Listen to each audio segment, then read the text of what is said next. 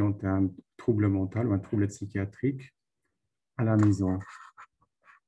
Donc, il y a eu voilà, pour que les gens puissent vivre, pour donner la chance aux gens de vivre dans de bonnes conditions à la maison.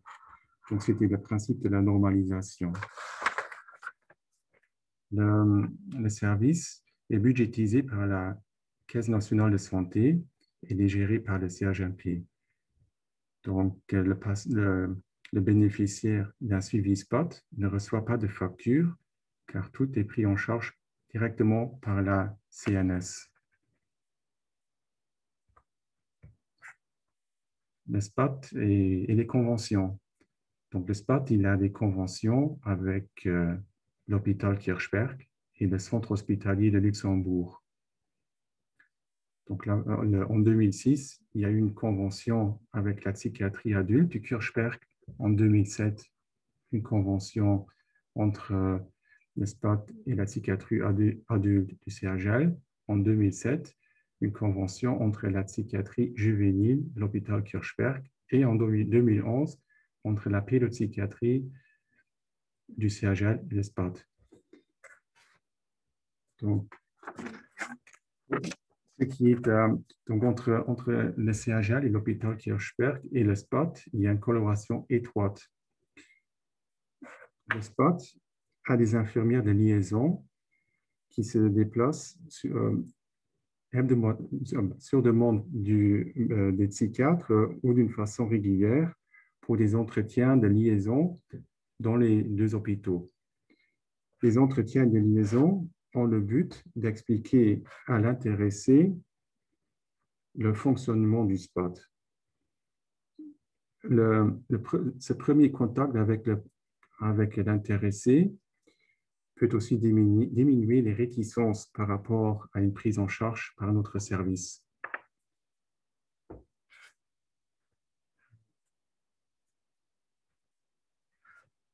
Le SPOT se compose d'une équipe multidisciplinaire. Donc, on a à disposition 15 équivalents temps plein.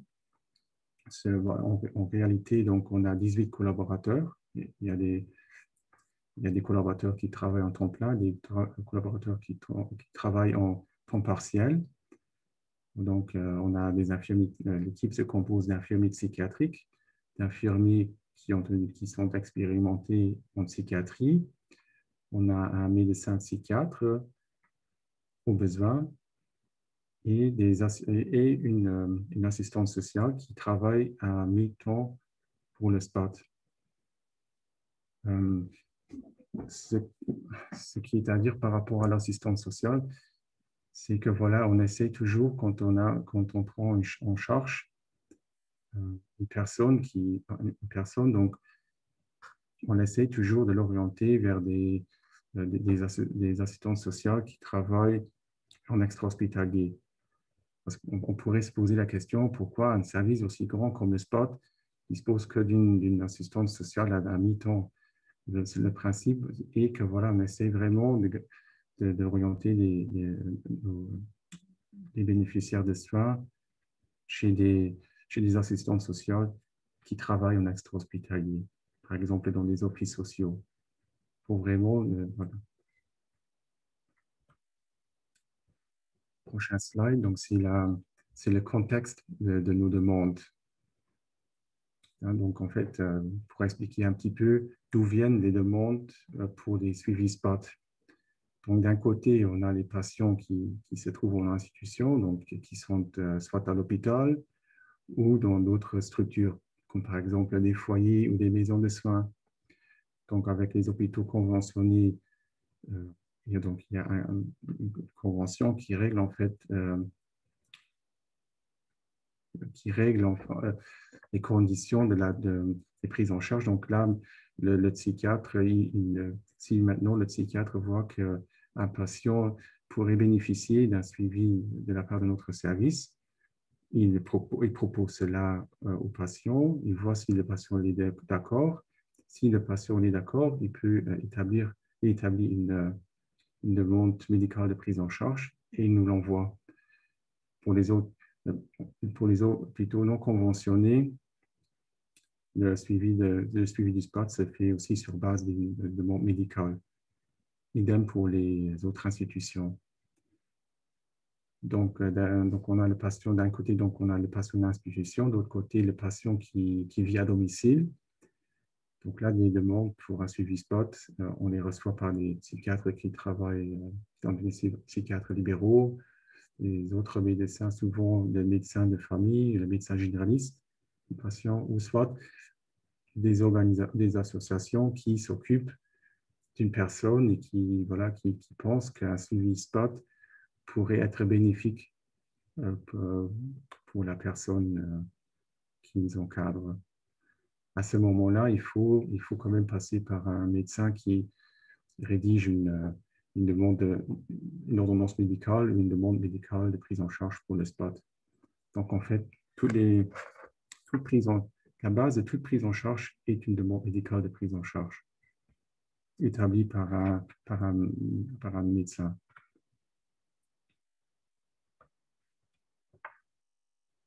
Donc, le spot, les secteurs et le public cible. Donc, en fait, ici, on voit que le spot, en fait, il est composé, il prend en charge toutes sortes de patients qui présentent un trouble psychiatrique. Donc, nous, d'un point de vue organisationnel, on a divisé le spot en 4 secteurs. Donc, on a le secteur de la psychiatrie adulte, qui s'occupe de l'accompagnement des personnes adultes et de leurs proches. On a le secteur de la pédopsychiatrie et de la psychiatrie juvénile, qui s'occupe de l'accompagnement d'enfants et d'adolescents, de leurs parents et de leurs proches. Le secteur polyclinique, où on propose la réalisation d'injections de neuroleptiques dépôt ou la préparation de médicaments aux bénéficiaires.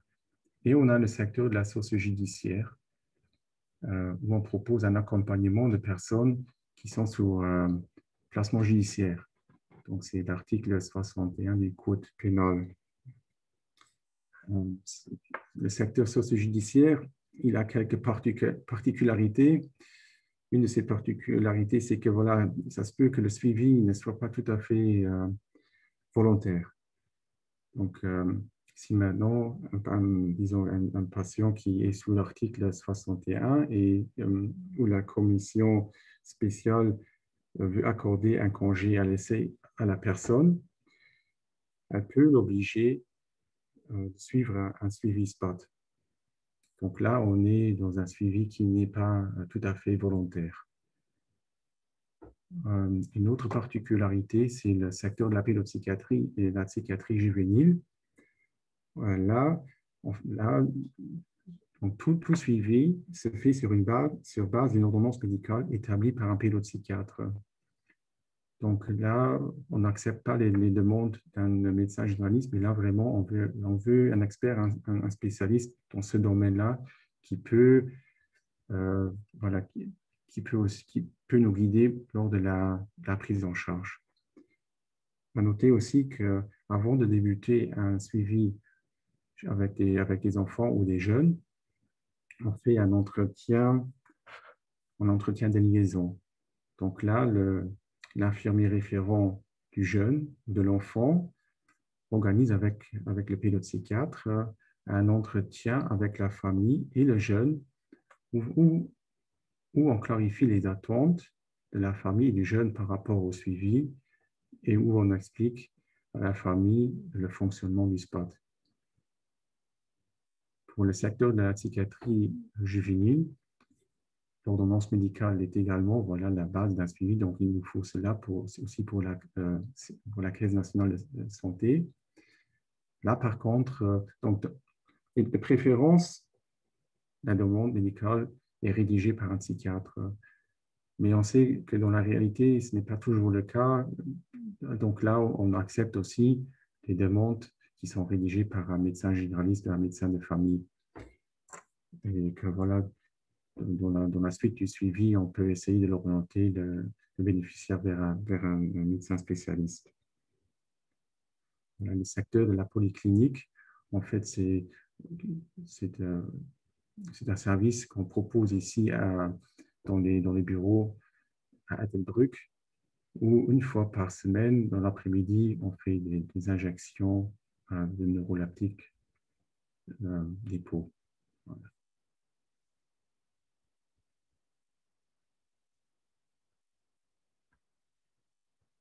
Donc, après avoir présenté les différents secteurs et le public cible du spot, je vous parle du domaine dans lequel s'inscrit l'activité de notre service. Et un grand domaine, c'est la prévention. Donc, l'Organisation mondiale de la santé définit trois sortes de prévention. Donc, la prévention primaire, la prévention secondaire et la prévention tertiaire. La prévention primaire, donc, elle vise à diminuer l'incidence d'une maladie dans une population et donc à réduire autant que faire se peut les risques d'apparition de nouveaux cas. Sont par conséquent pris en compte à ce stade de la prévention les conduites individuelles à risque, comme les risques en termes environnementaux ou sociétaux. Donc, la prévention primaire, elle a comme but la promotion de la santé. Donc, pour donner un exemple, pour éviter des maladies comme le diabète ou des maladies cardiovasculaires, une alimentation saine, le sport sont très importants pour éviter que la maladie elle apparaît. Donc là, on est dans la promotion de la santé. La prévention secondaire vise la détection précoce des maladies. Donc la maladie, elle est détectée et on essaie tout de suite d'intervenir au moment où on fait une détection de cette maladie. Donc, à diminuer la prévalence d'une maladie dans une population. Ce stade recouvre les actes destinés à agir au tout début de l'apparition du trouble, de la pathologie, afin de s'opposer à son évolution ou encore pour faire disparaître les facteurs de risque. Et puis, il y a la prévention tertiaire. Et là, c'est là où le spot il intervient. Donc, la prévention tertiaire intervient à un stade où il importe de diminuer la prévalence des incapacités chroniques ou des récidives dans une population et de réduire les complications, invalidités ou rechutes consécutives à la maladie. Donc, elle est identique à la réhabilitation. Et c'est à ce niveau-là que la plupart de nos interventions se font dans la prévention tertiaire.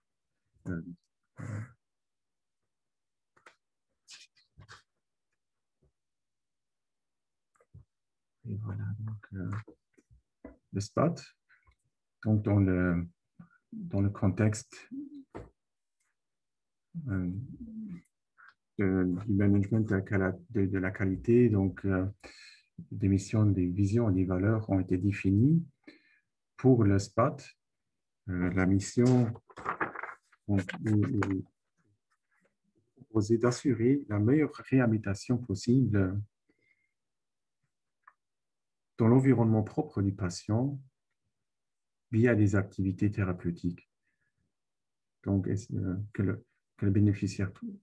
Donc, on essaye afin de trouver une situation de vie équilibrée et pour occuper par ses moyens propres une place aussi normale que possible dans la société.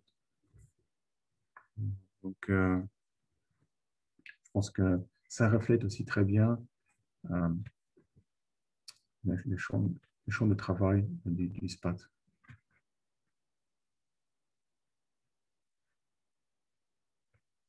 Puis le contexte dans lequel se déroule la prise en charge.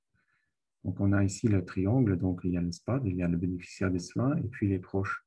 À savoir que le SPAT, donc on essaie toujours d'impliquer les proches. Pour nous, c'est très important, on essaie toujours de le faire. Bien sûr, dans le respect dans le respect de la confidentialité, de la protection des données et dans le respect des droits du patient. Donc, on demande toujours au bénéficiaire, s'il est d'accord, qu'on implique les proches. Donc, on n'implique personne sans que le bénéficiaire soit d'accord. Donc, pour nous, c'est très important. Donc, ce principe-là est très important. D'un côté, on veut impliquer les proches. De l'autre côté, on demande toujours l'accord du bénéficiaire s'il est d'accord avec cela. Et puis là, autour, on voit tous les intervenants qui peuvent intervenir à un moment ou à l'autre dans une prise en charge du SPAT. Donc, d'un côté, on a tous les intervenants du domaine de la santé mentale et psychosociale, et puis on a d'autres intervenants, donc, comme l'école, ça c'est plutôt dans la prise en charge des jeunes ou des enfants, le travail, les amis, la famille, les voisins, les enfants, le tribunal, parfois, donc il y a le tribunal qui est aussi impliqué dans une prise en charge, un service du tribunal comme le SCAS, par exemple. On essaie aussi, si le bénéficiaire est d'accord, de travailler, d'avoir un contact avec son responsable ou d'autres gens de son travail. D'un autre côté, on essaie aussi toujours d'avoir une bonne collaboration avec tous les services qui sont impliqués dans une prise en charge, comme les services sociaux, les hôpitaux, les structures ambulatoires, les psychiatres. Bien sûr qu'il est très important de bien collaborer avec les psychiatres pour voir un petit peu comment évolue le patient lors de la prise en charge.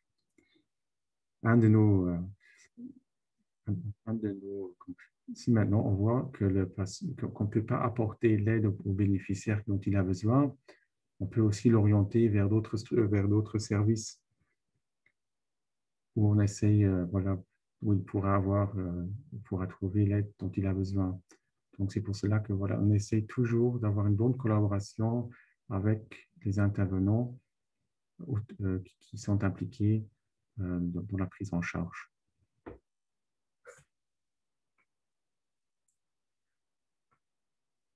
Voilà. Donc là, maintenant, je reviens sur les principes de base d'un suivi SPOT.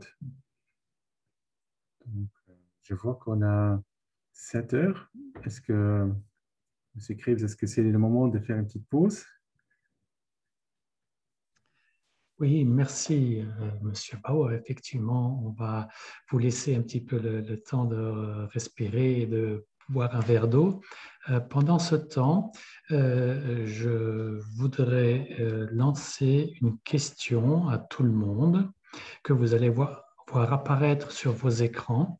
Cette question est uniquement destinée aux personnes qui nous ont demandé un certificat de présence, de participation plutôt à cette conférence. Donc, je demande aux personnes qui ont demandé un certificat de participation de répondre à cette question très simple. Cette question va apparaître pendant 1 minute et vous avez donc 1 minute pour répondre à ces questions qui s'adressent, encore une fois, je le répète, aux personnes qui ont demandé un certificat de participation. Merci. Donc, pendant ce temps, je vois également, j'ai bien pris note des questions que les gens commencent à poser. Donc, rassurez-vous, je les ai vues, je les ai bien notées. Nous allons laisser le temps à Bob Bauer de terminer sa conférence et nous les poserons à la fin de la conférence dans le cadre des questions-réponses. Donc, je rappelle, les personnes qui veulent poser des questions peuvent le faire par le chat qui se trouve en bas de votre session Zoom. Vous avez un bouton pour poser des questions par le chat. Monsieur Bauer, je vous redonne la parole.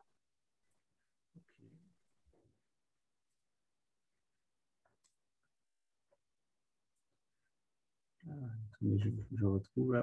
Est-ce que là, maintenant, on voit les principes de base? Non, carré. YOLO. Oh, ok, tip top. Ok. Voilà, donc les principes de base d'une prise en charge du spot. Donc, qu'est-ce qui traite, voilà. Donc, au début, voilà, donc, les intérêts du bénéficiaire, ils sont au centre. C'est bien évidemment. Donc, si chacun est différent, chacun a d'autres ressources, chacun a d'autres difficultés.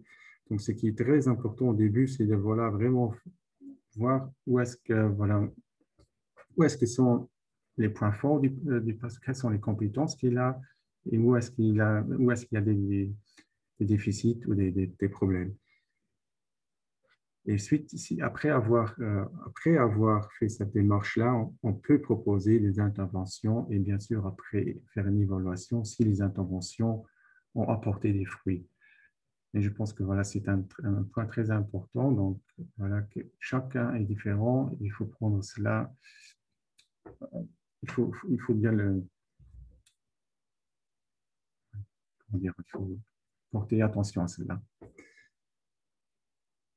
Et puis, voilà, on a le principe du soignant référent. Je pense que c'est quelque chose de très important aussi. Quand, quand on fait des entretiens de liaison, on explique aux bénéficiaires comment on fonctionne, on le dit toujours, on fonctionne avec le principe du soignant référent. Donc, si maintenant une prise en charge commence, c'est un infirmier qui va s'occuper d'un patient. Et pas cinq ou six, mais c'est un qui les prend en charge. C'est très important aussi pour les bénéficiaires parce qu'en fait, ça donne de la sécurité, ça rassure et ça permet d'établir une relation de confiance qui est primordiale pour toute prise en charge. Puis voilà, le suivi des volontaires, comme je viens de l'expliquer quand j'ai donné l'aperçu sur les différents secteurs et les publics cibles. Donc, c'est très important que la personne intéressée euh, comment dire, qu'elle est motivée, qu'elle ne s'oppose pas au suivi. Si maintenant on a une personne qui est vraiment opposante, ça va aboutir, ça va être difficile. On a il y a des gens voilà, qui sont, comme je viens d'expliquer aussi, qui ont là, donc il y a des exceptions, les gens qui ont l'article 61 ou les patients qui sont sous l'article 25. Là, parfois, on est dans une situation où un suivi spot est une condition. Voilà. L'article 25, juste pour donner une petite explication, l'article 25, donc si une personne placée en psychiatrie peut avoir le droit à un congé à l'essai. Si elle a le droit au congé à l'essai, elle est élargie avec l'article 25. Monsieur Bau, je vous interromps parce que justement, à propos de l'article 71, il y a une question qui était arrivée et je pense que c'est le bon moment de la poser. Oui, merci. Un participant nous demande, vous avez parlé de la possibilité d'accompagner des personnes sous placement judiciaire dans le cadre de l'article 71, donc on est justement en train d'en parler. Oui. Pourriez-vous, s'il vous plaît, donner des exemples de situations qui peuvent être considérées dans le cadre de cet article? Merci. Oui, donc si maintenant, disons, voilà, donc il y a une personne qui peut sortir, bah, donc qui a le droit d'un congé à l'essai et qui est sous l'article 61, voilà, donc ça se peut que la commission spéciale qui se compose de médecins et de juges peut dire que voilà, un suivi spot soit condition. Et là, dans ce cas-là, donc je pense que la question, c'est que qu'est-ce qu'on fait? Donc, dans ce cas-là, on accompagne, on essaye vraiment que la personne puisse retrouver ses repères à l'extérieur, dans la société. Donc, souvent, il y a un projet, donc avant que la personne reçoive du congé ou qu'elle soit élargie, l'assistance, on essaye de trouver un logement pour la personne. On essaie vraiment de faire en sorte que la personne elle a de bonnes bases pour qu'elle puisse de nouveau trouver sa place dans la société. Et pour la soutenir dans cette démarche-là, on est interpellé. Donc, ce qu'on peut faire, c'est que voilà, on fait des visites régulières chez la personne concernée pour voir un petit peu si elle arrive bien, si elle arrive bien à gérer le quotidien ou est-ce qu'il y a des soucis. Et s'il y a des soucis, on essaye de trouver des solutions. Et ça peut être comment dire, ça peut être la gestion, attendez, un petit peu dans la gestion du quotidien, des choses un peu plus simples, mais ça peut aussi être des accompagnements chez le médecin ou voilà, telle sorte. Je ne sais pas si j'ai bien expliqué ou j'ai donné le bon exemple par rapport à cela. Et en fait, on pourra dire aussi qu'un suivi, souvent, comment dire, il n'y a pas une grande différence. Si maintenant le patient il s'oppose pas, il travaille avec, ça revient un petit peu à un suivi spot, comme chez les gens qui font un suivi volontaire. Donc, ça dépend un petit peu. Très bien, je vous propose de poursuivre votre conférence. Merci. Oui. Et donc, voilà, donc, un autre principe de base, c'est l'orientation vers d'autres services est nécessaire. Si on voit que voilà, il y a une situation où on n'arrive pas vraiment à apporter l'aide qu'il faut, on fait appel à d'autres services. Je pense que c'est une force aussi du spot, voilà, qu'il y a une bonne collaboration avec d'autres services et que les infirmières et infirmiers qui travaillent au spot connaissent bien le réseau au Luxembourg. Voilà. Donc, et puis après, voilà, un élément très important, donc il faut de la patience et il faut de l'humour. Parfois, il y a des situations difficiles et voilà, il faut pas perdre l'humour et surtout de la patience. Donc, le premier contact, là maintenant, on est vraiment donc, dans le suivi spot. Donc, on a les principes de base et puis le premier contact avec l'intéressé. Donc, on fait un recueil d'informations auprès du bénéficiaire. Comme j'ai expliqué un petit peu, chaque personne est différente et donc il faut savoir un petit peu, il faut avoir les informations nécessaires pour vraiment identifier les ressources et les problèmes et voir pour identifier les bonnes interventions à mettre en place pour aider. Puis, important aussi de demander aux bénéficiaires, qu'est-ce que vous entendez d'un suivi spot? Parce que nous, on peut peut-être avoir d'autres attentes que la personne concernée. Et donc là, c'est quand même aussi important d'entendre ce que le bénéficiaire il veut. Puis informer sur les offres et principes du spot. Oui, là, voilà, le spot, en fait, c'est des informations par rapport au fonctionnement aussi. Donc, par exemple, on travaille que les jours ouvrables, on ne travaille pas les jours fériés, on ne travaille pas les week-ends. Puis, les visites se font normalement une fois par semaine. Donc, ils ont duré de 45 minutes jusqu'à 1 heure. Et voilà, donc ça, c'est un petit peu les informations. On fait énormément attention à la protection des données et on essaye aussi toujours d'être discret. Il faut aussi aborder les limites du suivi.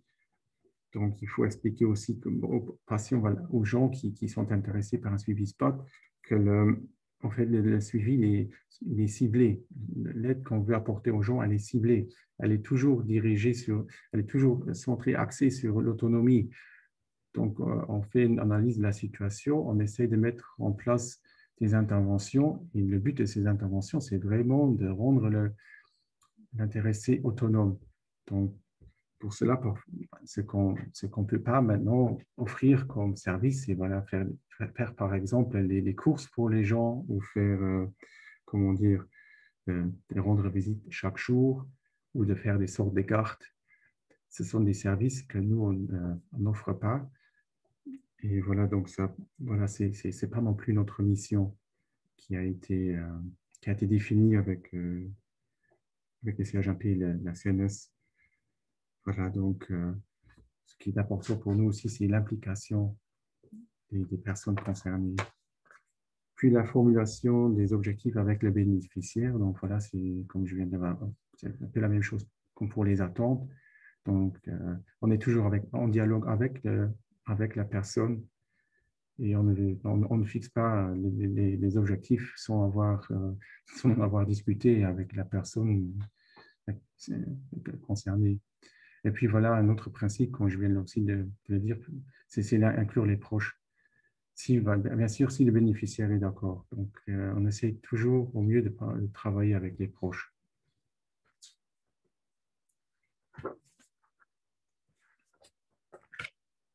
Donc, l'accompagnement. Donc là, maintenant, l'accompagnement, on est vraiment dans le suivi.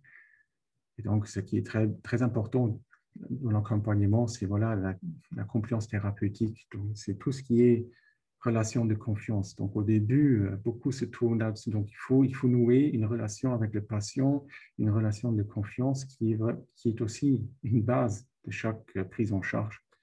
Sans cette relation, sans cette confiance, je pense que ça va être très, très difficile de mettre les interventions en place.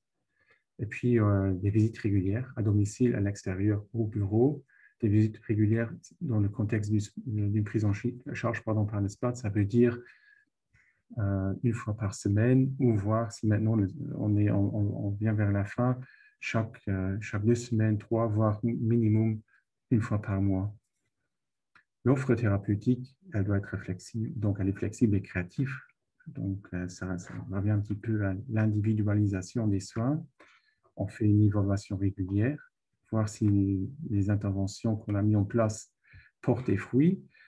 Et voilà aussi, ce qui est important pour nous, c'est, voilà, comme je viens d'expliquer, chez les adolescents, les jeunes, et aussi chez les adultes, c'est important qu'on ait des échanges réguliers avec le médecin pour faire l'analyse de la situation et de voir ce qu'on pourrait éventuellement changer. Voilà. Donc, voilà, donc l'offre d'activité, c'est quand je parle avec quand je fais des entretiens de liaison, souvent les gens me posent cette question-là, mais qu'est-ce que vous faites? Qu'est-ce que vous avez comme offre?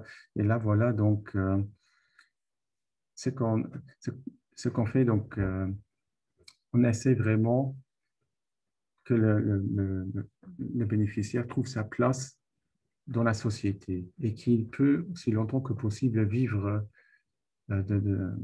comment dire, dans son logement. Voilà. Et pour cela, vraiment, on essaie de travailler aussi des compétences sociales. Et puis, le développement des stratégies d'adaptation, souvent, on voit que les gens, on a fait l'expérience, pardon, les gens qui sont en suivi chez nous ont des stratégies d'adaptation qui sont dysfonctionnelles. Donc, par exemple, ils évitent certaines situations, ils évitent des sujets, abus de substances illégales. Et là, on essaie à trouver avec les patients ensemble des stratégies d'adaptation. Donc, comment est-ce que je pourrais résoudre des situations difficiles différemment. Psychoéducation, donc la psychoéducation se tourne, voilà, donc expliquer donc la maladie, quels sont les symptômes, qu'est-ce que je peux faire si je sens que je ne vais pas bien, donner des informations sur la médication, sur les thérapies, voilà, donc tout ce qui est, voilà, en fait, les informations par rapport à la maladie psychiatrique. Puis les approches plus spécifiques, donc le DBT, l'MKT, le mindfulness, donc le DBT, c'est le Dialectical Behavior Therapy. C'est une thérapie qui a été mise en place par Marshall Linehan. Puis l'MKT, où le but est de changer les fondements cognitifs de l'idéation délirante. Et le mindfulness, c'est la pleine conscience. Puis on a l'activation, la structuration de la journée, trouver des loisirs, comment gérer les contacts, comment avoir un rythme de vie ou une hygiène de vie un peu plus saine. Et puis, la motivation à l'activité physique et l'enseignement à la santé. Voilà, ce qui est aussi un volet très important. Voilà, puis, il y a le fin de suivi. Comme partout, il y a un moment où on doit mettre un terme au suivi. Cela doit quand même, cela doit se préparer. Donc, comme je viens de dire, les visites, donc si on prend en charge un patient, on fait le suivi et puis on met les interventions en place, on fait une évaluation, on voit que euh, le bénéficiaire a fait une bonne évolution. Et on peut envisager donc d'espacer les visites pour voir un petit peu s'il arrive à bien gérer la situation sans que le référent soit présent toutes les semaines. Si on voit que tout marche bien, on peut clôturer le suivi. Et donc là aussi, ce qui est très important, c'est voilà, l'échange d'informations aussi avec les proches pour les avertir que voilà, on est en train de clôturer le suivi et de donner aussi des informations si maintenant vraiment de nouveau la personne concernée a de nouveaux besoins d'un suivi ou quoi faire en situation de crise. Donc, il y a que le bénéficiaire il a toutes les informations nécessaires. Voilà. Bien sûr, on informe aussi le médecin traitant de la fin du suivi. Voilà. Voilà. Donc là, maintenant, donc ça, c'était toutes les infos par rapport au suivi du spot. Sur le prochain slide. Alors, donc là, maintenant, c'est des chiffres, en fait, voilà, quelques chiffres sur le spot qui, je pense, qui sont intéressants à savoir. Donc, pour le moment donc en janvier 2021, on avait 335 patients en suivi, dont 295 adultes et 40 enfants. Et puis, la distance en kilomètres pour toute l'équipe 2020 et 2080, 354 km. Donc, ça fait une moyenne de plus ou moins 12 000 km par ITP. À savoir que les années précédentes, donc en 2019, c'était plus. En 2020, dû à la pandémie, au confinement, le spot a fermé pendant un certain temps, a dû fermer, ce qui a eu un impact sur le nombre de kilomètres. Ici, on voit la répartition des clients par le diagnostic ICD-10 de l'OMS. Donc, c'est aussi pour avoir un aperçu des sortes de pathologies où on fait le suivi. Donc, on a le premier, tout ce qui est trouble de l'humeur. Donc, c'est 27,5%. Puis, on a les troubles psychotiques. Puis, en troisième, donc, les troubles névrotiques, troubles liés à des facteurs de stress et troubles somatoformes. Puis, troubles du comportement et troubles émotionnels apparaissant habituellement durant l'enfance ou l'adolescence, donc de la psychiatrie juvénile et infantile. Puis les troubles liés à l'utilisation des substances psychoactives, les dépendances à l'alcool ou les dépendances aux drogues, et puis les troubles de la personnalité.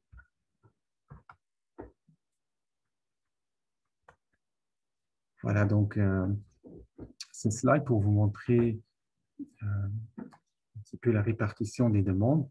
Donc, la plupart des demandes, donc disons que un tiers des demandes on reçoit en interne par le CHMP et deux tiers par des médecins externes. Donc, pour l'année 2020. Ici, voilà la durée des suivis. Donc, presque 50% sont en dessous d'un an. Environ 25% sont en dessous de 2 ans et 25% sont à 1 à 2 ans.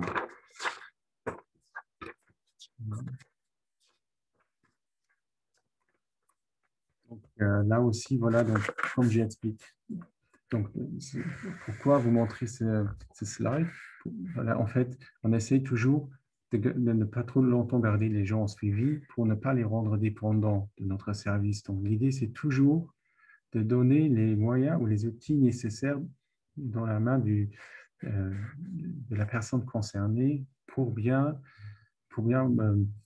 vivre avec sa maladie, pour qu'il puisse se gérer lui-même et d'éviter d'être dépendant. Là, donc, répartition homme-femme. Donc, 38% de nos patients sont des hommes et 62% sont des femmes. Voilà, puis maintenant, ça c'est en fait les slides qui vont venir vous montrent un petit peu, ou vous informent la façon dont on documente. Donc, on doit, après chaque visite, on doit documenter dans le dossier informatisé du patient, le DIP, et on a un système d'encodage. Et ce système d'encodage, il représente l'activité de notre service. Il donne une belle image. C'est pour cela qu'on l'a mis ici dans la présentation. Donc, il y a la classification des actes selon le modèle TRIPAD. Donc, il y a les techniques, les contacts interdisciplinaires, les soins psychiatriques, les soins administratifs et la psychiatrique. Voilà. Donc là, maintenant, c'est pour tout ce qui est technique, donc acte technique, médication, donc on surveille. Donc l'idée, c'est toujours de rendre le patient autonome. Donc on ne fait pas la médication pour le patient, et on fait une éducation et on fait une surveillance. Mais c'est le patient lui-même qui fait la préparation des médicaments. Si maintenant on voit qu'il y a une dépendance, qu'il n'arrive pas à le faire lui-même, on fait appel à des soins à domicile. C'est une clinique, c'est le contrôle des paramètres vitaux, et puis à d'autres soins de base, comme par exemple faire des pansements. Et voilà. Puis les soins interdisciplinaires, c'est les échanges avec le médecin ou les échanges avec d'autres intervenants. Et puis, en fait, les soins psychiatriques, voilà, c'est les échanges avec l'échange d'informations avec les patients, l'aide et soutien, les relations d'aide, l'éducation ou d'autres approches. Voilà. Et puis, on a aussi un grand volet administratif, donc tout ce qui est documentation. Voilà. Ah oui, le dernier, je sais, il y a une erreur, il y a une erreur ici, c'est le déplacement, en fait. Là, voilà, c'est le déplacement avec la voiture. Donc, puis voilà, ici, vous voyez la répartition des actes par catégorie, donc avec une dominance des actes psychiatriques, donc tout ce qui est relation d'aide, tout ce qui est information, tout ce qui est soutien ou accompagnement. Puis les actes interdisciplinaires qui font, donc là, qui font 45% de nos activités. Les actes interdisciplinaires qui font 7%. Actes techniques, on a très peu d'actes techniques. Puis les déplacements qui sont à 16% et les actes administratifs à 28%. Oui, heureusement, et c'est beaucoup. Et là, on voit vraiment que voilà, l'activité principale, et voilà, ce sont les actes psychiatriques. Donc, tout ce qui est relation d'aide, entretien, voilà.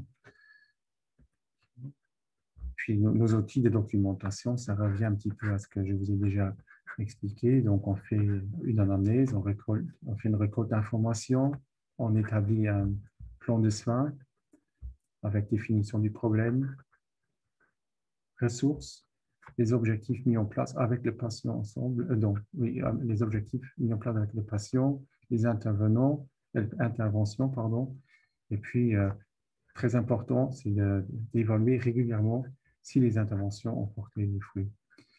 Et puis, après chaque visite, on fait une note dans le dossier. Donc, on les passe une note partagée. Donc, chaque intervenant peut les consulter, les notes partagées. Et puis, les outils divers, c'est les demandes médicales de suivi, l'autorisation, de transmission d'informations, Donc, toutes ces documentations, on fait un archivage dans notre dossier informatisé. Quality management, oui, voilà, ça aussi, voilà, donc on fait des audits internes réguliers. On essaie vraiment d'en faire un par année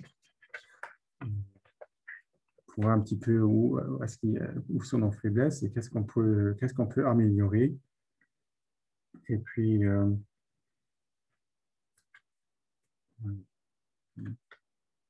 on fait aussi également une analyse de nos projets régulièrement. L'évolution des suivis.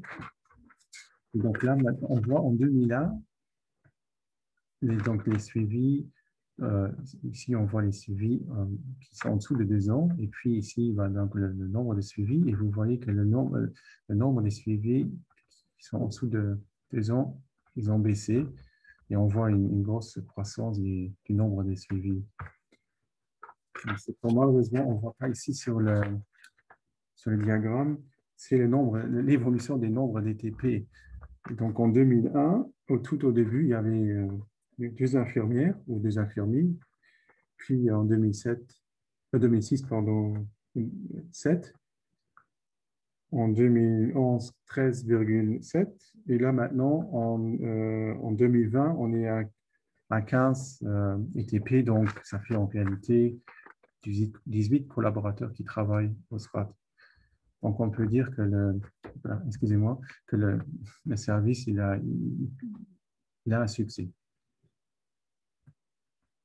Voilà. Et le mot de la fin, je pense qu'il résume assez bien l'idée du spot. Si tu donnes un poisson à un homme, il mangera un jour. Si tu lui apprends à pêcher, il mangera toujours. Donc, le philosophe chinois, Lao Tzu. Et c'est voilà notre vision aussi de la réhabilitation. Donc, c'est donner les moyens aux patients qu'ils deviennent autonomes et qu'ils puissent faire les choses lui-même.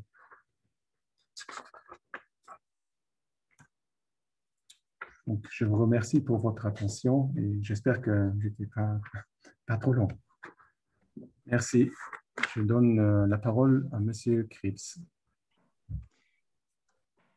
Merci, Monsieur Bauer. C'était très intéressant. Ça nous a permis de découvrir une institution, un organisme à Luxembourg que pas tout le monde ne connaît. Et pourtant, on sait que vous faites quotidiennement beaucoup de travail, vous et vos équipes. Et c'est un travail important. Et c'est pour cela que l'AFPL voulait présenter ses services à tout le monde, à tous les participants et toutes les personnes au Luxembourg pour qu'elles prennent connaissance qu'il existe ce genre de service à Luxembourg. Alors, nous allons passer aux questions et réponses. Il y en a qui ont déjà été posées pendant la conférence. Donc, justement, à propos de faire connaître vos services, une personne demande si les médecins généralistes connaissent le SPAD. Pourquoi? Parce que la première chose que font les familles, il est vrai, c'est qu'elles se rendent vers le médecin généraliste quand quelqu'un de leur famille développe une psychose. Ce sont des symptômes qui sont souvent mal connus parce qu'on manque tous un petit peu d'informations, tous les non-professionnels, je vais dire, on manque d'informations là-dessus. Et le premier réflexe, bien sûr, c'est d'aller chez le médecin généraliste. Et on se pose la question de savoir est-ce que les médecins généralistes connaissent le SPAD, sont informés qu'il existe un service de soins psychiatriques à domicile. Qu'en pensez-vous, Monsieur Bauer? Oui, pour être honnête, c'est un peu difficile à dire maintenant si oui ou non. Ce que je peux vous dire, c'est que voilà, dans le quotidien, on reçoit beaucoup de demandes des médecins généralistes. Et souvent, quand les personnes qui sont intéressées à un suivi spot ou des professionnels qui ont une personne qui nécessite un suivi spot, ils nous demandent si voilà, un médecin généraliste peut faire une demande. Donc, je pense que souvent, ça, voilà, euh, donc on reçoit régulièrement des demandes de médecins généralistes. On fait aussi, ce qu'on fait quand même aussi, c'est que voilà, on envoie on a des flyers, hein, des prospectus qu'on envoie aux médecins généralistes pour faire de la pub ou pour les informer que notre service, il existe. Voilà. Ça, on le fait. On essaie vraiment oui, de les informer que le service, il existe. Je veux rappeler que voilà, le médecin généraliste, bien sûr qu'il peut faire une demande pour un service spot parce qu'on est bien conscient de la problématique que parfois, oui, c'est pas on ne va pas tout de suite chez le psychiatre, mais le premier chemin qu'on fait, c'est d'aller chez le médecin généraliste. Et bien sûr qu'on accepte ces demandes-là, oui. Alors, très bien. Vous nous aviez aussi indiqué que vous discutiez avec la personne qui vous contacte de l'organisation du SPAT, de votre fonctionnement. Et je crois que vous aviez mentionné que le SPAT fonctionnait pendant les jours de semaine et pas pendant le week-end, si je me rappelle bien. Or, la question que l'on pose, c'est vers qui doit-on s'adresser si justement un problème survient pendant le week-end? Mhm. Oui, donc là, donc je pense que là aussi, comment dire, c'est un peu voir la situation de la personne qui est concernée. Est-ce qu'il y a est-ce qu'il y a de la famille autour d'elle? Est-ce qu'il y a des médecins? Voilà, de voir un petit peu quelle est la situation et qui sont les gens qui sont autour d'elle.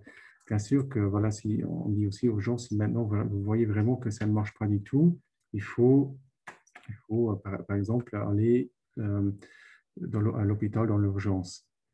Donc, on voit vraiment, ça, on prépare quand même. Euh, si maintenant une personne elle nous demande quoi faire, on voit avec la personne quelles ressources elle a autour d'elle ou aller quand elle n'est pas vraiment, quand elle ne se sent pas bien. Par exemple, je donne un exemple. Par exemple, le CHAM, il a un centre de crise, voilà, qui peut peut-être, voilà, si maintenant la personne elle habite au sud du pays, elle peut se rendre au centre de crise du CHAM. Pour vous donner une idée, ou soit, comme ça aussi, ça va vraiment pas bien, euh, aller, aux urgences. C'est exceptionnellement, c'est qu'on propose aux gens, mais c'est plutôt l'exception, c'est que si on voit vraiment qu'une personne n'est absolument pas bien, on peut proposer une permanence téléphonique. Et c'est vraiment l'exception. On essaie vraiment, on essaie toujours voilà, de voir avec la personne concernée quoi faire dans un cas de figure où elle n'est pas bien. Très bien, merci. Je pose une question suivante. Est-ce que vous ne prestez que des soins psychiatriques ou aussi des actes psychiatriques? Des actes psychiatriques. Pardon, des actes de soins psychiatriques Oui. ou des actes psychiatriques. On fait la distinction avec soins. Ah, oh. Des actes de soins psychiatriques ou des actes psychiatriques de manière générale? On est plutôt moi je dirais là plutôt dans des actes de soins psychiatriques. Maintenant, pour être honnête, les actes psychiatriques, je peux pas. De quoi il s'agit quand on parle d'actes psychiatriques? On va demander, je vais demander à Madame Brigitte Schmitz qui nous a posé la question de nous donner quelques détails, s'il vous plaît. Je passe à une autre question. Non, bah pour l'instant, je n'en vois pas d'autres. Si Madame Brigitte Schmitz est encore là, elle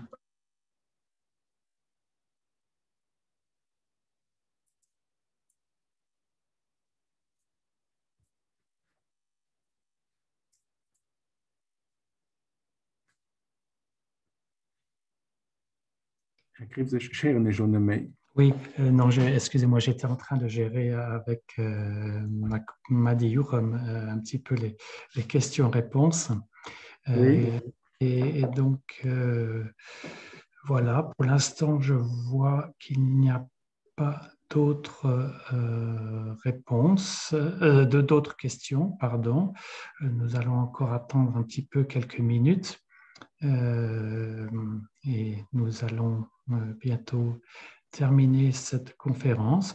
Donc, vous êtes pendant ce temps, si jamais quelqu'un trouve une réponse, je me permets d'en poser encore une. Donc, vous êtes une entité, une sous-entité du CHNP, c'est bien ça, Monsieur Bauer? Oui, donc le SPAT, oui, c'est un service de la RIA clinique. Et la RIA clinique, donc, elle est une entité du CHNP. Alors, une question vient d'arriver. Est-ce qu'il y a d'autres services à votre connaissance qui proposent des soins psychiatriques à domicile? Oui, il y a d'autres services qui proposent cela, oui. Oui. Si je suis bien informé, il y a le CHAM qui a une antenne mobile de CHDN. Il a une antenne mobile et puis là maintenant, mais je ne vais pas vous raconter. Oui, il y a aussi Liv Nobelsen. Il y a aussi Liv Nobelsen, je pense, qui ont commencé là maintenant à faire des suivis à domicile. Quelqu'un demande si le SPAD intervient dans tout le pays ou seulement dans une partie nord du pays. Est-ce que vous êtes au niveau national, le SPAD? Oui, oui, on est au niveau national. Oui. On intervient dans tout le pays. Une autre question, est-ce que vous proposez aussi de l'aide plus spécifiquement dans le traitement de la schizophrénie? Oui, je pense que oui, oui, oui, on a, bien sûr que là maintenant, il faudrait me poser la question vraiment être spécifique, mais je pense que bien sûr que, par exemple, le MKT, c'est un programme qui est un petit peu centré sur la schizophrénie. Et bien sûr qu'on a aussi une grande expérience avec les personnes qui souffrent d'une schizophrénie. Donc, je pense que voilà, on peut bien les prendre en charge, les personnes qui souffrent d'une schizophrénie. On peut dire donc de manière globale que vous vous occupez de tout ce qui se rapporte aux psychoses, en fait, hein, aux soins psychiatriques. C'est bien cela? Oui, oui. Et je pense que le slide que j'ai présenté par rapport au diagnostic de nos patients, donc la majorité des personnes soignées ont eu des troubles de l'humeur ou un trouble psychotique. Donc, c'est quelque chose. Donc c'est une, comment dire, c'est une population qu'on prend régulièrement en charge. Donc, on connaît bien où sont les difficultés et, et comment on peut aider. Donc, je pense que voilà, oui, on a les outils nécessaires en main pour vraiment bien aider ces gens-là. Très bien, Monsieur Bauer, je vous remercie beaucoup pour votre intervention, pour votre conférence. Vous nous avez donné beaucoup de détails importants et j'espère que cela a pu aussi intéresser toutes les personnes qui nous ont rejoints. Pour information, il y avait environ 45 personnes qui étaient connectées pendant cette conférence et environ 10 à 11 personnes à peu près, je regardais de temps en temps sur notre Facebook Live. Donc, c'est un peu plus qu'une cinquantaine de personnes qui étaient présentes à votre conférence. ce que moi, en tant que président de l'AFPL, je trouve une bonne représentation, un bon ensemble de personnes intéressées, surtout avec ces moyens modernes, pas toujours faciles à aborder et à utiliser par tout le monde, même si tout le monde peut se joindre à cette conférence, ce n'est pas toujours évident d'un point de vue technique. Donc, c'est un bon nombre de personnes donc, qui vous ont rejoint ce soir. Voilà, je remercie tous les participants à cette conférence. Je remercie bien sûr les membres de notre comité que vous avez tous pu voir avec les caméras. Les caméras pour les membres du conseil d'administration de l'AFPL étaient allumées surtout pour apporter un petit peu de convivialité pour le conférencier, pour qu'il ne parle pas face à un mur blanc. Nous sommes quand même des êtres humains après tout, et c'est toujours plus intéressant de parler quand on a les visages d'une audience que de parler un petit peu, on va dire, dans le vide, même s'il y a une cinquantaine de personnes derrière. Je remercie bien sûr M. Bauer et le SPAD d'avoir participé à nos 5e journées de la psychose. Et je vous souhaite à toutes et à tous une très bonne soirée. Et je vous rappelle qu'il y a une autre conférence demain soir avec le professeur Delespol, une autre conférence mercredi avec Madame Schmitz et une autre conférence jeudi avec Madame Claret de la Soteria. N'hésitez pas à vous inscrire, il est encore temps. Bonne soirée à toutes et à tous, à bientôt. Au revoir. Au revoir.